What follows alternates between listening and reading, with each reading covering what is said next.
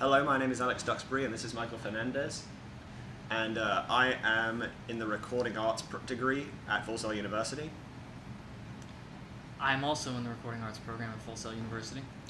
And I'm just going to ask him a few questions today in regards to imagery in our mass-mediated world.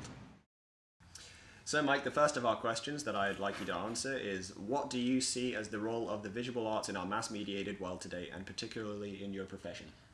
Well, Duxbury, it's a good question. Thoughts? I see it as being very important. In terms of music, an example would be that the song itself would be the auditory expression of the writer. And if you have some sort of visual media going along with it, you know, a picture or a video, it adds another element to that expression. That's how I feel that especially in my profession, that we have a lot of things like that. That's a very insightful answer, Michael. Thank you. My second question is, with new communications and media technologies, imagery is almost instantly available. Do you believe that this is having a positive or negative influence on the industry today? It's both. Positive in terms is you get things when you want it. It's readily available to you at your fingertips. The only downside I believe that it could have is in terms of like copyright infringement. You know, people could anybody can get somebody else's work instead of having to go, for an example, like a painting. You wouldn't have to go to a museum and pay the admission to go in and see that person's work. You can just go on the internet, you can save it, you can send it to people. So it poses a lot of things for infringement. Okay. What particular images do you see that are frequently rechanneled throughout the entertainment industry?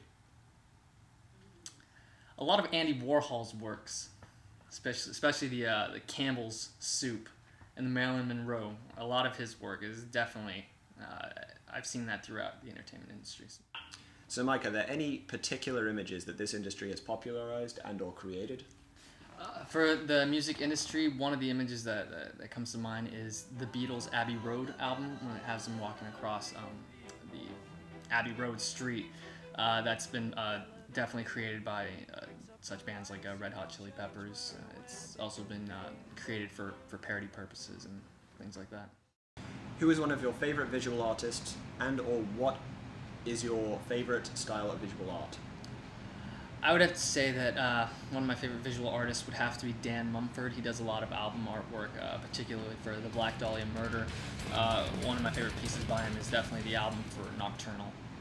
How has your knowledge of famous artworks influenced your creative process? It's influenced it in that it kind of helps me look at things from more than one perspective. I don't necessarily look at it as, you know, as being linear. You know, there's so many angles that you can approach it at, and it's kind of pushed me to incorporate things like symbolism into my work. Okay. All right, I think that's the last question. Thank you, Michael, for your time. Well, is it or is it not? And have a nice day. Thank you.